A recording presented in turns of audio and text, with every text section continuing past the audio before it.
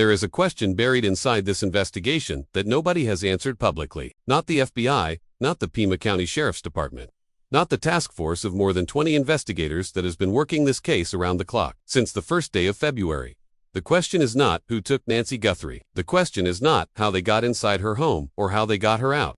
The question is simpler than all of that, and in some ways it is more disturbing. The question is this: why did it take 41 minutes? 41 minutes. That is the window between 1:47 in the morning, when the doorbell camera at Nancy Guthrie's home on Camino Royale in Tucson, Arizona, went dark, and 2:28 in the morning, when the application connected to her pacemaker stopped transmitting. 41 minutes during which an 84-year-old woman with limited mobility, a heart condition, and daily medication requirements was inside her own home with at least 2 intruders who had come prepared, who had a weapon, who had a backpack, who had apparently taken steps to neutralize the neighborhood's wireless security systems before they ever set foot on her property. And yet, it took them 41 minutes to get her out. Former FBI hostage negotiator Chip Massey put it plainly when he analyzed the surveillance footage released by the FBI on February 10th.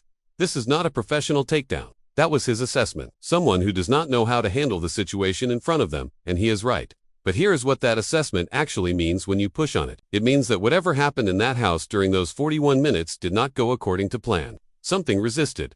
Something delayed them. Something made the operation take 4 times longer than any trained team would have required. And the blood on the front porch, Nancy Guthrie's blood, confirmed by DNA testing, tells us exactly what that something was. She fought. This is the crime files. No sensationalism. No exploitation. Just evidence. Just analysis. Just the pursuit of truth. To understand what happened in the early morning hours of February 1st, 2026, you have to understand the woman at the center of it. Nancy Ellen Guthrie, born Nancy Long on January 27, 1942, in Fort Wright, Kentucky. A woman who moved to Tucson, Arizona in the early 1970s and built a life in the desert that lasted more than 5 decades. She raised 3 children largely on her own after her husband Charles died in 1988 at 49 years old during a mining exploration trip in Mexico. She buried her husband young. She raised Savannah, Annie, and Cameron without him. She remained in Tucson. She remained on the same street. She remained, by every account of everyone who knew her, fully present in her faith, her community, and her family, even as the physical boundaries of her daily world grew smaller with age. She has a pacemaker. She requires daily heart medications. Her daughter Savannah, who is the co-anchor of NBC's Today's Show, said publicly in one of her tearful video appeals that their mother is in constant pain without those medications, that her heart is fragile, that she could not walk 50 yards. These are the physical facts of an 84-year-old woman's body, but they are not the complete picture of who she is. Because the blood on the front porch and the 41 minutes it took to remove her from her own home tell a different story about what Nancy Guthrie is capable of when someone comes for her in the dark. She is still missing. As of today, Tuesday, March 24, 2026, it has been 52 days since her family called 911 and reported her gone. No arrest has been made. No suspect has been publicly named. Her whereabouts and condition remain unknown. And in the 8th week of one of the most heavily covered missing persons investigations in recent American history, the investigation has entered a phase that criminal attorneys and forensic analysts have described as evidence consolidation.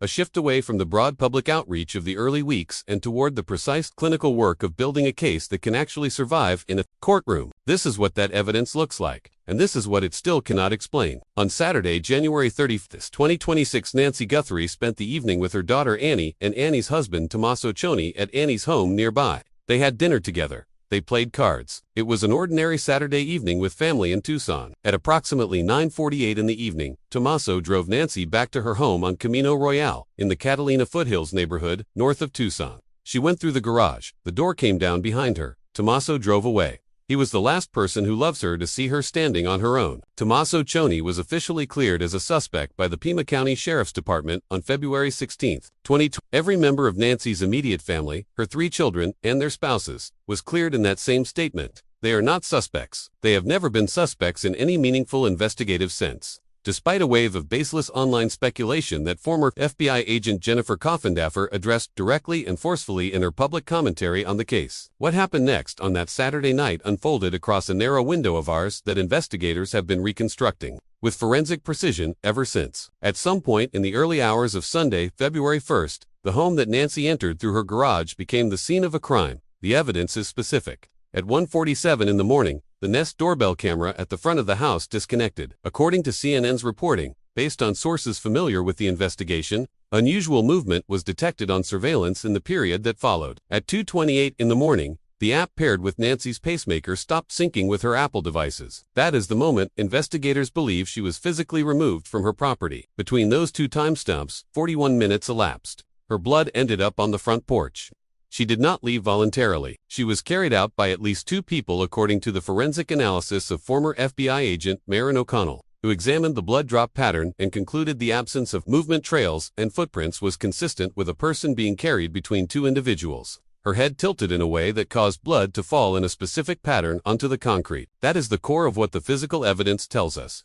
Now let us examine what the surveillance evidence tells us, and more importantly, what it does not. On February 10, 2026, FBI Director Kash Patel posted to his social media accounts a series of images recovered from Nancy's Nest doorbell camera. The images showed a masked figure at her front door on the morning of the abduction. Armed, backpack, gloves, dark clothing, a ski mask, a gun holstered at the center of the waist, in a position that CNN senior correspondent and former FBI agent Josh Campbell described as unusual for someone with professional firearms training. The suspect also appeared to be carrying a device in one of his pockets that investigators and analysts began examining as a possible wireless signal jammer. That last detail matters.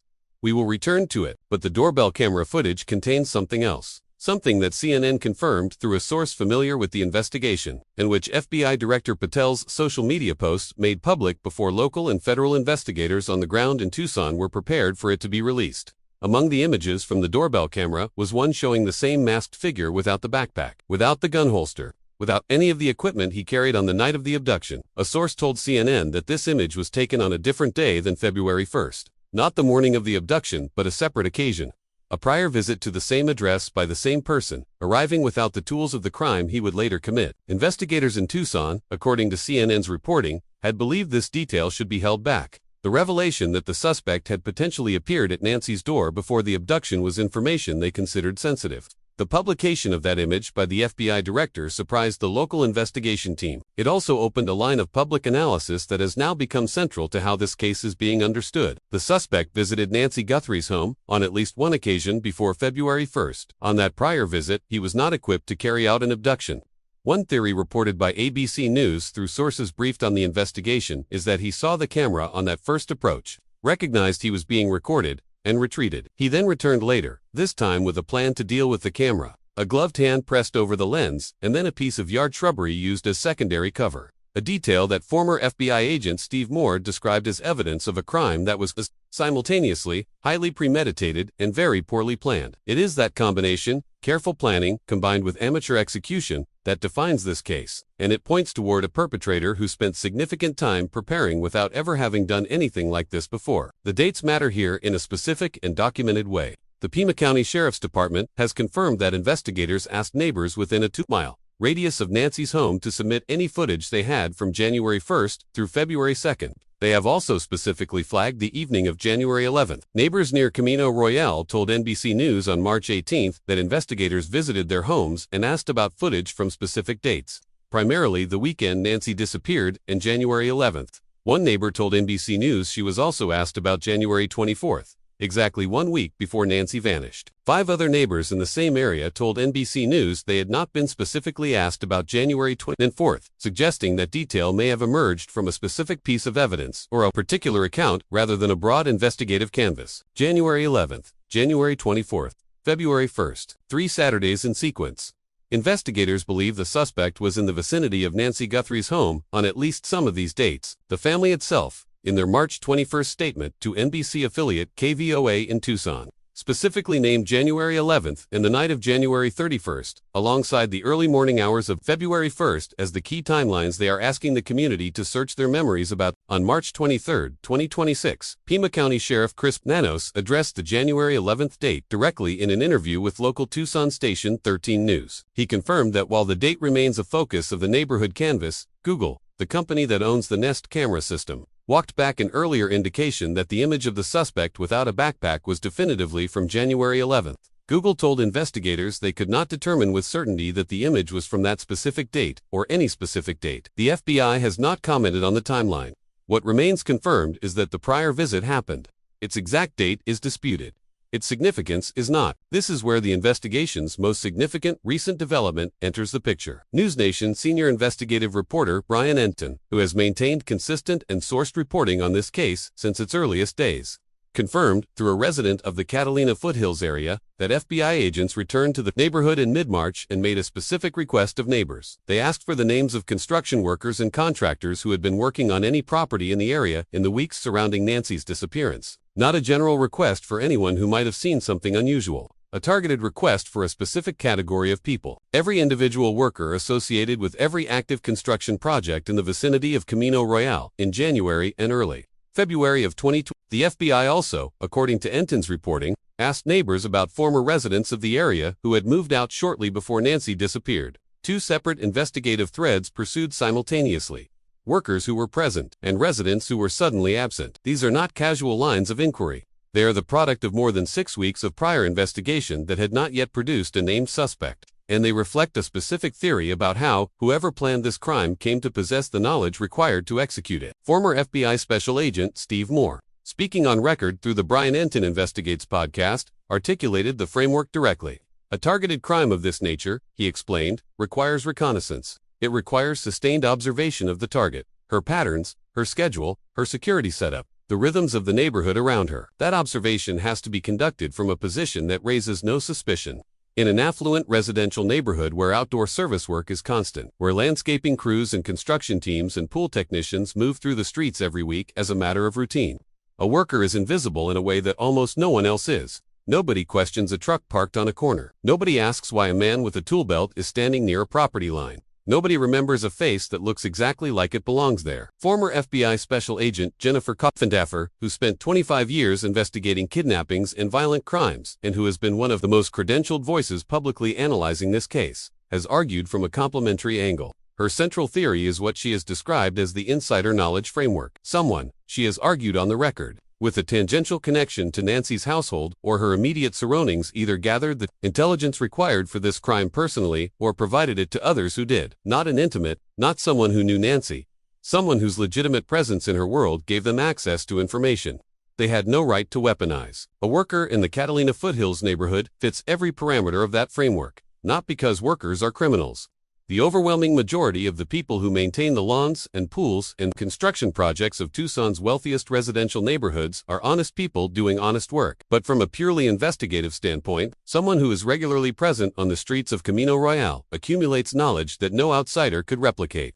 They know which properties have cameras. They know which driveway is occupied in the morning and empty by 9. They know when a neighborhood is at its quietest, which days of the week and which hours of the day the streets are nearly empty. Over weeks and months, that knowledge builds into something detailed and specific. And in the hands of someone with criminal intent, it becomes a map. The FBI's request for construction worker names is the investigative acknowledgement of exactly that possibility. Now examine what the physical evidence confirms about the level of planning involved. Because the planning goes beyond a masked man at a front door. It extends to the electronic infrastructure of the neighborhood itself. Pima County Sheriff Chris Nanos confirmed publicly that investigators are examining a potential signal jamming device as part of the crime. The basis for that examination is documented and specific. On the night of February 1st, in the same window that Nancy's doorbell camera went dark and her pacemaker stopped transmitting, multiple neighbors in the immediate surrounding area reported that their internet service failed. Their own Ring cameras and smart home security systems malfunctioned or produced gaps in their recording precisely during the window of the abduction. One neighbor whose home sits within eyesight of Nancy's property reported that her dog became agitated in the middle of the night in a way that was entirely out of character. Investigators are also examining a damaged utility box near Nancy's home for a possible connection to the neighborhood internet disruption,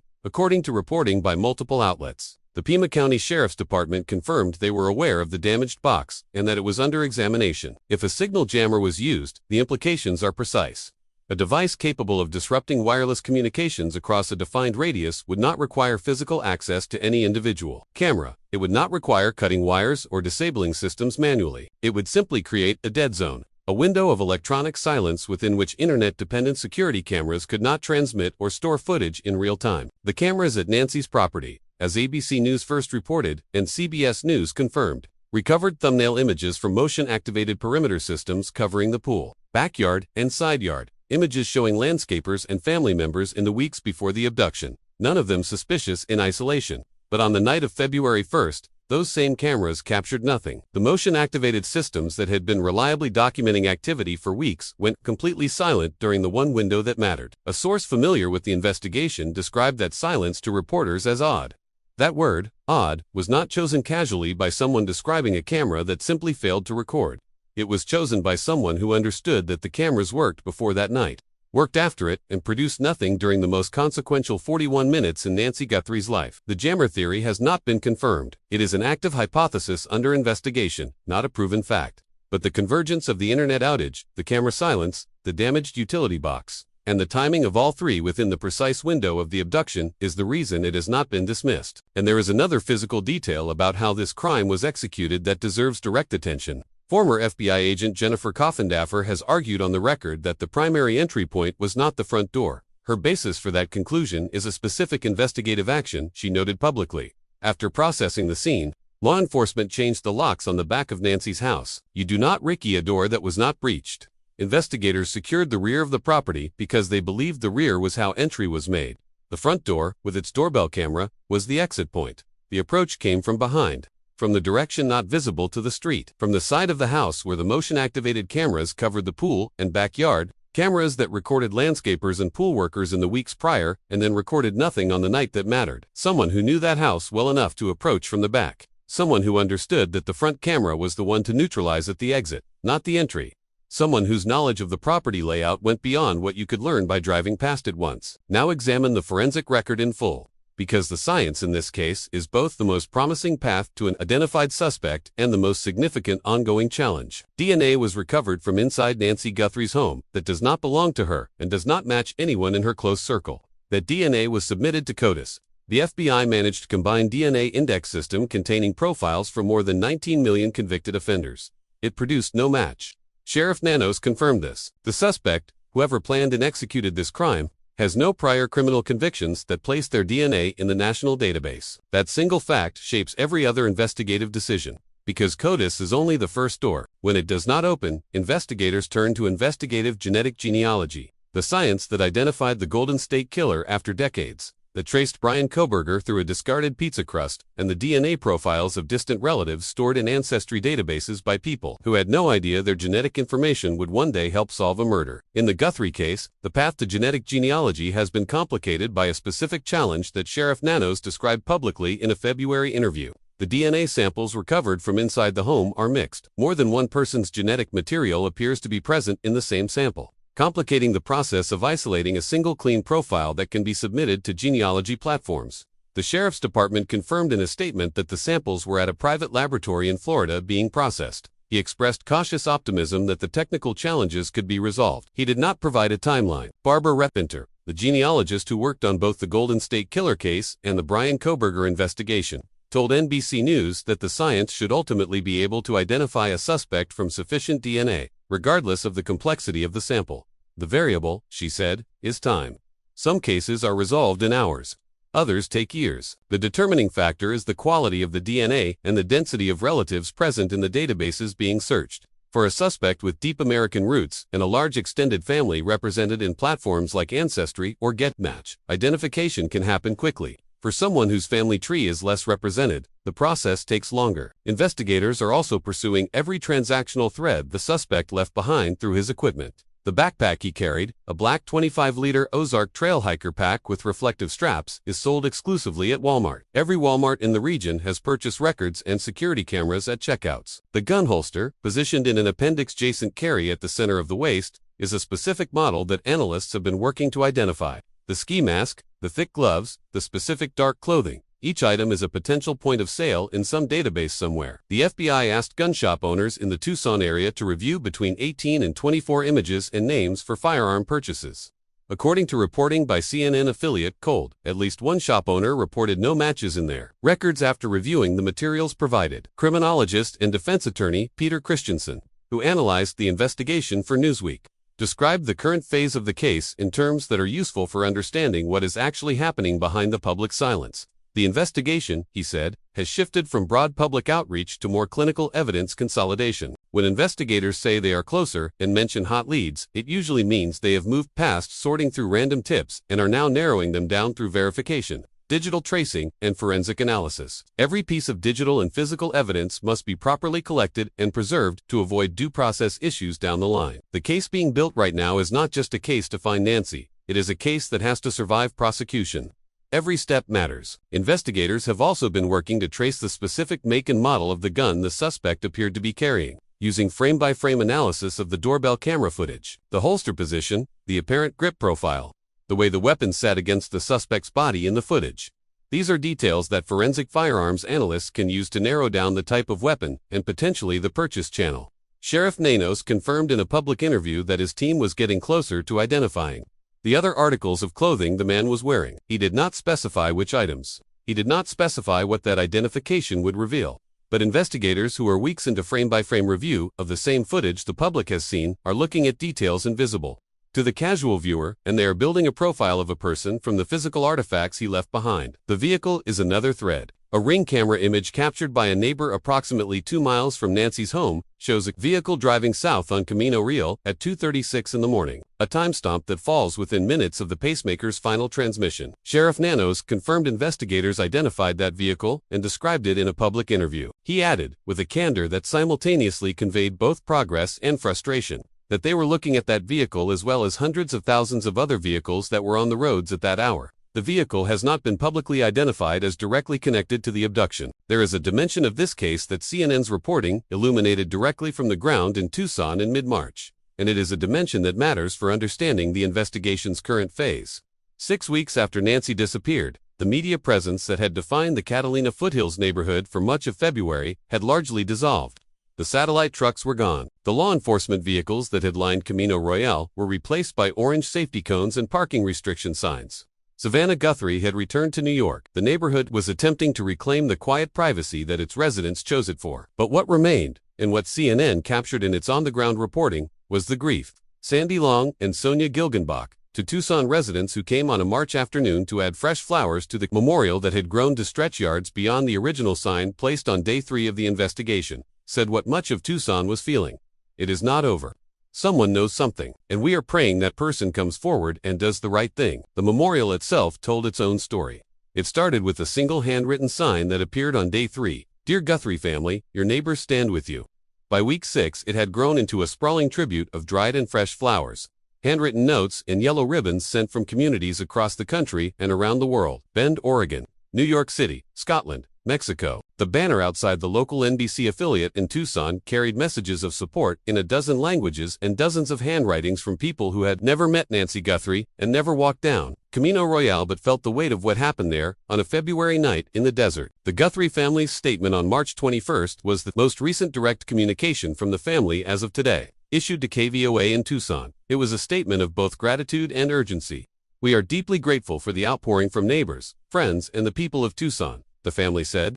We are all family now. We continue to believe it is Tucsonans and the greater southern Arizona community that hold the key to finding a resolution in this case. Someone knows something. It is possible a member of this community has information they do not even realize is significant. They asked specifically for people to search camera footage, text messages, journal notes, personal observations, and memories. They named 3 key timelines: the evening of January 11th, the night of January 31st, and the early morning hours of February 1st, and they closed with the line that has defined every public appeal they have made since this began. We miss our mom with every breath, and we cannot be at peace until she is home. Before the night of the abduction itself, there is one more documented moment in Nancy Guthrie's final hours of ordinary life that deserves attention. On the afternoon of January 31st, hours before Tommaso drove her to Annie's home for dinner, Nancy took an Uber. According to reporting by NewsNation and investigative journalist Dave Mack on Crime Stories with Nancy Grace, the FBI obtained video footage from inside the Uber vehicle Nancy rode in that day. The driver, who picked her up at her home at approximately 5:32 in the afternoon and drove her to Annie's house for a pre-dinner visit, was cooperative with investigators from the earliest days of the investigation. He turned over everything from that ride: his footage, his records, his account of the trip. Investigators reviewed the inside of that vehicle carefully. Nancy's words, her demeanor, her interaction with the driver. They found nothing notable. It was by all accounts an ordinary late afternoon pickup, a regular Saturday trip from a woman's home to her daughter's house.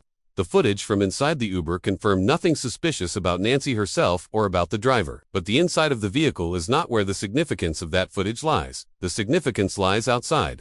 At 5:32 in the afternoon on January 5th, Nancy Guthrie walked out of her home and got into a waiting car on Camino Royale. She was visible on her street. She was moving. She was outside in the small exposed window between her front door and the waiting vehicle, briefly visible to anyone on the street who happened to be watching. If someone had been observing the neighborhood on the Saturdays preceding February 1st, if someone had established a pattern of presence on those streets and was present again on the afternoon of January 31st, that moment of visibility may have confirmed what they had been waiting to confirm, that she was home, that she was going somewhere and coming back, that later that night she would be alone. The question of who else was on Camino Royale at 5:32 in the afternoon on January 31st remains open. No one has been able to answer it publicly.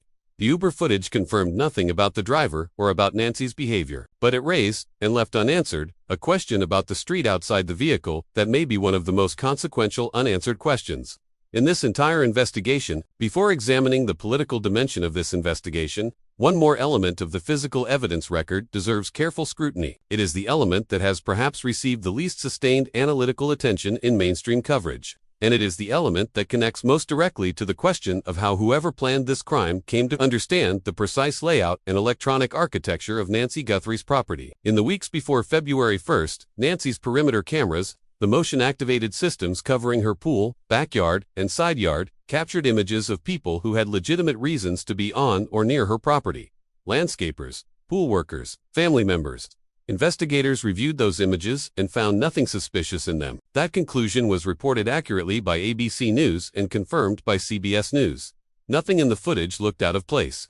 The people captured by the cameras looked exactly like they belonged there. But consider what that statement means in a different light. The people who appeared on those cameras in the weeks before the abduction were, by the assessment of trained investigators, indistinguishable from ordinary service workers doing ordinary work. They were present on the property. Their presence was recorded. Their presence raised no red flags, and the cameras that recorded their presence captured absolutely nothing on the night Nancy was taken. This is the investigative paradox at the heart of the worker theory. The very invisibility that makes legitimate service workers ordinary and unremarkable in a wealthy residential neighborhood is the same quality that makes surveillance conducted from within that category of people almost impossible to detect. A landscaper who has spent months working properties in the Catalina Foothills has not gathered intelligence in any formal or deliberate sense. They have simply been present, with open eyes, in an environment where being present is unremarkable and where the knowledge that accumulates is incidental to the work itself. But the knowledge is real. It is specific. It is the kind of knowledge that no amount of internet research or casual observation from a passing car could replicate. FBI agents canvassing the neighborhood in mid-March asked neighbors for the names of every construction worker and contractor associated with active building projects in the area. That is a documented, confirmed, anti-record investigative action. It represents the FBI formally acknowledging that the answer to how the planning intelligence was gathered may exist within the population of people who moved through the neighborhood legally and legitimately in the weeks before February 1st. Workers who were never on Nancy's property. Workers whose faces appear in no thumbnail image recovered from her perimeter cameras. Workers who were present on the street, on adjacent lots, in parked trucks with clear sightlines to her driveway, gathering ambient knowledge of her patterns without ever once doing anything that would cause a neighbor to call law enforcement. That is the territory the investigation is now working through. Not the obvious, not the documented, the invisible. The investigation has also produced a political dimension that is relevant to understanding the questions around how it has been conducted. Pima County Sheriff Chris Nanos is facing a recall effort that the Pima County Elections Department confirmed was launched on March 12. A 95% public disapproval rating has been reported in local polling. Critics have pointed to specific early decisions, including releasing the crime scene relatively quickly, delays in deploying cadaver dogs, and questions about whether the FBI was fully integrated into the investigation from its earliest days. The Pima County Board of Supervisors was scheduled to meet on March 24 to discuss discrepancies in Nanos' employment history, including allegations about statements he made under oath in a December deposition. Regarding prior suspensions, Nanos, for his part, has maintained in every public interview that he has no regrets about his team's handling of the investigation. He has also issued a warning that has not received as much attention as it deserves. The suspect in this case, he told Fox News Digital, could absolutely strike again. He did not elaborate publicly on the basis for that assessment, but a sitting sheriff issuing a public warning about an unidentified kidnapper potentially targeting additional victims is a statement that speaks to what investigators believe they understand about who they are looking for, even if they cannot yet say his name. There are also unusual physical details from the scene itself that remain unexplained in public reporting. Yellow signs, handwritten with names, a license plate number, and references to departments in other Arizona counties appeared at Nancy's home in late March and were collected by Pima County Sheriff's Department deputies as evidence, as captured on video by a YouTube streamer and subsequently reported by multiple outlets. The signs referenced a name alongside Nancy Guthrie's, along with what appeared to be the names of departments and a specific number. Their origin and significance are unknown. They were taken as evidence. They have not been explained publicly. Former FBI agent Harry Trombitis told Yahoo News that while ransom has been a theoretical motive since the ransom notes began arriving at media outlets in early February, the ransom theory has been appearing less and less likely as the investigation has progressed. There are too many ways people can get caught in a ransom scheme, he said. Too many variables that have to go right for too long. Former FBI agents analyzing this case from multiple angles have increasingly pointed toward a different category of motive. One rooted not in a financial calculation but in something more personal, more targeted, more specific to Nancy herself or to her family. Sheriff Nanos confirmed in a March interview with NBC Nightly News that investigators believe they know why her home was targeted. He has not said what that reason is. "We believe we know why he did this," Nanos said, "and we believe that it was targeted." That sentence is 9 words long. It has been sitting in the public record since mid-March, and it implies something that changes the entire frame of this investigation. Not random, not opportunistic, not a home invasion that escalated. Targeted, which means chosen, which means someone made a decision at some point before January 11th, before the first documented presence outside her door, that Nancy Guthrie specifically was the objective. Why her? That is the question that law enforcement says they believe they can answer, and it is the question that the public still cannot. The theories that have been put forward by credentialed analysts must be examined honestly, with their strengths and their gaps, because responsible analysis demands that. The targeted abduction with prior surveillance theory is the framework most directly supported by the totality of the verified evidence. The evidence supporting it includes the confirmed prior visit to the property,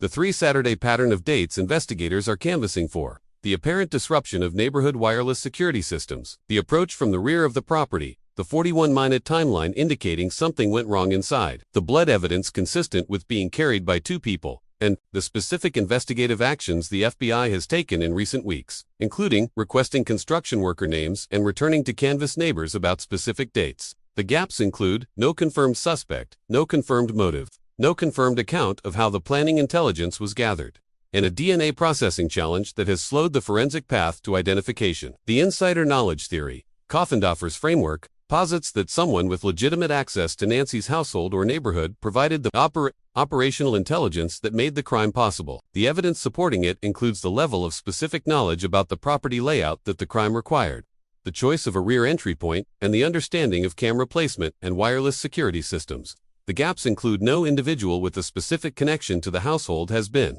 named or publicly identified as a person of interest by law enforcement. The transnational criminal organization theory, which former Fox News anchor Megyn Kelly discussed on her SiriusXM program in late March with security experts, posits that the lack of DNA hits in any American database could indicate involvement by individuals who entered the country legally and have no criminal record in United States systems. Security expert James Hamilton noted on that program that if a suspect entered the country on a visa, their DNA would not appear in CODIS regardless of their criminal history in other jurisdictions. The gaps in this theory include the fact that the operational profile of the crime, the specific neighborhood knowledge, the prior reconnaissance visits, the understanding of Nancy's personal schedule, is more consistent with someone who had extended local presence than with a team inserted from outside for a single operation. The evidence supports elements of multiple theories. It does not, as of today, definitively exclude any of them. Where the case stands on day 52 is this: a task force of approximately 20 to 24 investigators drawn equally from the Pima County Sheriff's Department and the FBI remains assigned full-time to the case.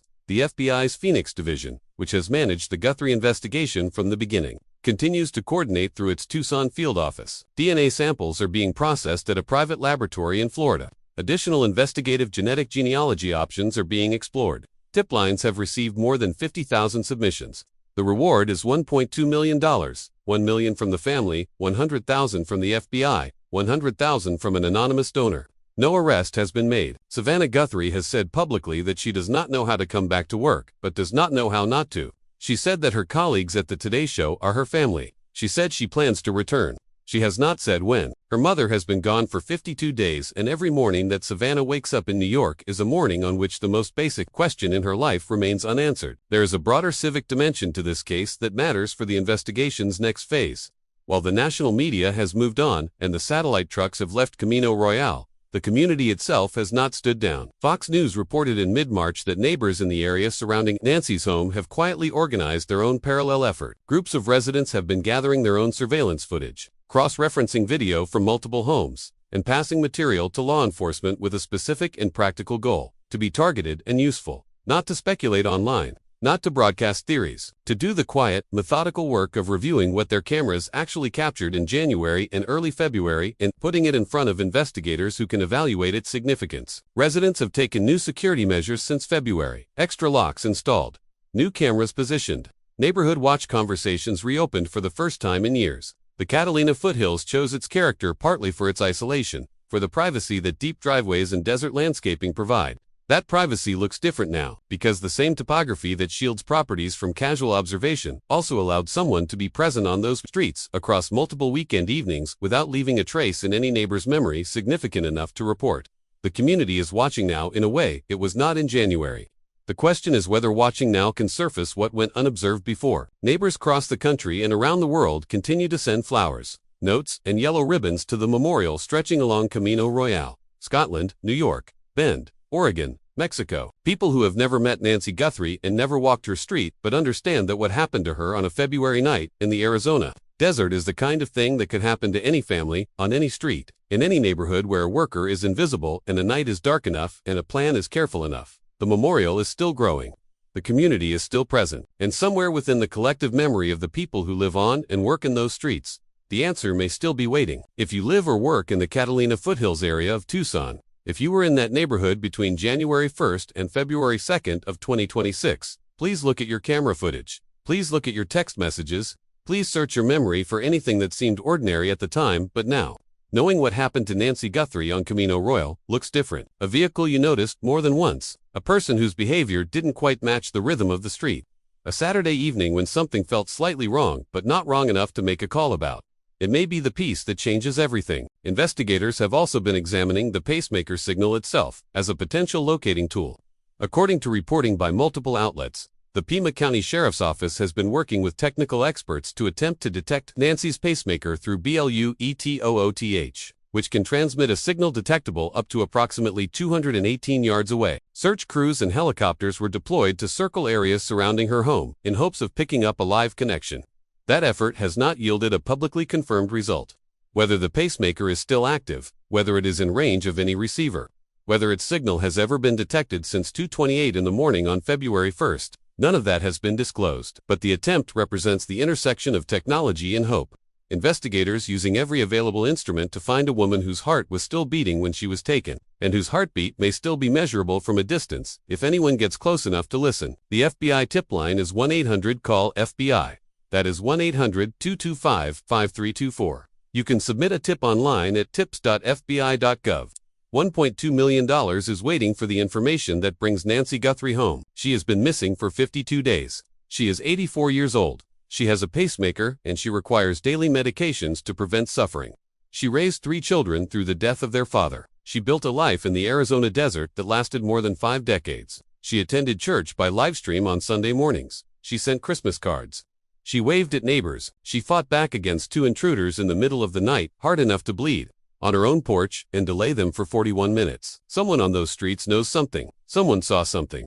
Somewhere in a laboratory in Florida, in a database, in a federal system, in the memory of a worker who moved through the Catalina Foothills on a January Saturday and noticed something they dismissed as unimportant. The answer is waiting to be found. This isn't just a story. It is a real life, a real family, and a case that may still have answers waiting to be uncovered. The search for truth continues. Nancy Guthrie was born in Fort Wright, Kentucky, on January 27, 1942.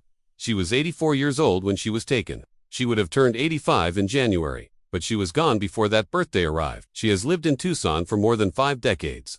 She chose that desert city, and she stayed. She raised her children there. She buried no one she loved in that ground, except the life she had imagined with a husband who died too young and too far from home. She built another life in his absence. She attended church services by livestream because getting there in person had become difficult for her body, though never for her faith. She sent Christmas cards to the people on her street. She waved from her driveway. She had a brief friendly exchange with the gardener one morning about a year before she disappeared. "Hi, Miss Guthrie, how are you?" And then he did not see her again. Not on that street. Not anywhere. She is still out there somewhere. The investigation believes she was taken alive. The family has not stopped hoping. Savannah Guthrie said publicly that she does not know how to come back to her work but does not know how not to. She said she would try. She does not have a timeline. Her mother has been missing for 52 days, and the most basic question of her life has no answer yet. The FBI tip line is 1-800-CALL-FBI, 1-800-225-5324. Tips can be submitted online at tips.fbi.gov. The Pima County Sheriff's Department also has its own tip submission form online. The reward stands at $1.2 million. $1 million from the Guthrie family, $100,000 from the FBI, $100,000 from an anonymous private donor. The family has additionally pledged $500,000 to the National Center for Missing and Exploited Children, an organization that has helped recover more than 450,000 missing persons cases. That donation reflects what the Guthrie family understands, at a bone-deep level, that they now share with every family that has ever sat in this particular darkness. That the system that searches for missing people needs resources to keep searching. And that even in the middle of their own crisis, they can find a way to strengthen it for the next family who needs it. No detail is too small. It may be the key. Those 10 words come from the family of Nancy Guthrie, and they are right. In cases like this one, where the answer may live not in dramatic evidence, but in the ordinary, in a face that was unremarkable, in a vehicle that was forgettable, in a Saturday afternoon that felt like every other Saturday afternoon, until it did not, the person holding the key may not know they are holding it. That is why the appeal has to keep reaching people. That is why the story cannot be allowed to quietly fade. She is 84 years old. She has a pacemaker. She needs daily medications to survive. She fought back. She bought 41 minutes. And she is still out there. This isn't just a story. It is a real life, a real family, and a case that may still have answers waiting to be uncovered. The search for truth continues.